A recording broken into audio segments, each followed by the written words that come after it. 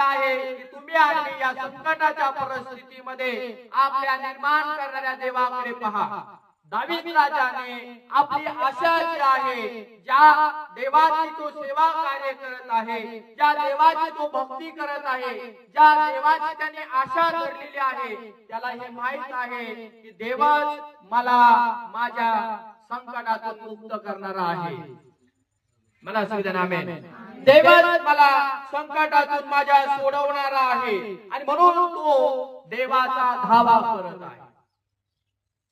संकटात मनुष्य देवाचा धावा करणं योग्य त्याने ठरवलं पाहिजे की या भूमीवर तुम्हाला आणि मला देवाशिवाय मदत मिळत नाही। मला सगळेजण आमेन। एकच मदतीचा हात आहे आणि तो हात समर्थ हात आहे, शक्तिशाली हात आहे। सगळ्यांचे हात, नाते गोते मित्र मंडळी सोयरे धायरे सगळ्या जणांचे हात तुम्हाला सोडून देणार आहे।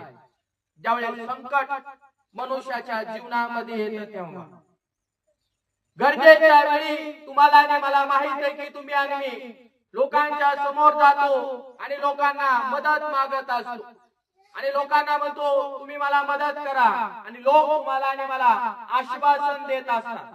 ते मुलांच्या शिक्षणाबद्दल असू द्या, लोक तुम्हाला शब्द देतात, सेवकांना देखील लोक शब्द देतात, मास्टर काळजी करू नका, आम्ही सगळी मंडळी मिळून तुमच्या कुटुंबाला सांभाळू, तुमच्या परिवाराला सांभाळू, तुम्हाला लागणाऱ्या गरजा आम्ही पुरवू, तुम्ही बिनधास्त राहा, तुम्ही सेवा कार्य करत राहा, कारण देवाने तुम्हाला निवडलेलं आहे।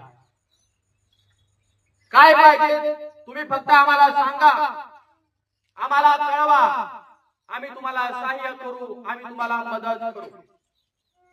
या जगामध्ये मंडळीतले लोक देखील देवाच्या सेवकाला शब्द देतात, आश्वासन देतात। जगातले लोक देखील तुम्ही आणि पाहतो, ज्यावेळेस तुम्ही आणि त्यांच्याकडे विनंती घेऊन जातो त्यावेळेस ते लोक देखील तुम्हाला आणि मला शब्द देत असतात की आम्ही तुम्हाला या टायमाला मदत करू, किंवा मुलीच्या लग्न कार्याला मदत करू, किंवा तुम्ही दुःखामध्ये आहेत, आजारपणामध्ये आहे, तुम्हाला आम्ही हॉस्पिटलचा खर्च भरण्यासाठी काही दिवस मदत करू, सहाय्य करू। असे जगामध्ये तुम्हाला आणि मला शब्द देणारे खूप लोक आहेत। हालेलुया। पुष्कळ लोक आहेत, भरपूर लोक तुम्हाला आणि मला भेटत आहेत, परंतु खात्रीशीर लोक तुम्हाला आणि मला भेटलेले नाही आतापर्यंत।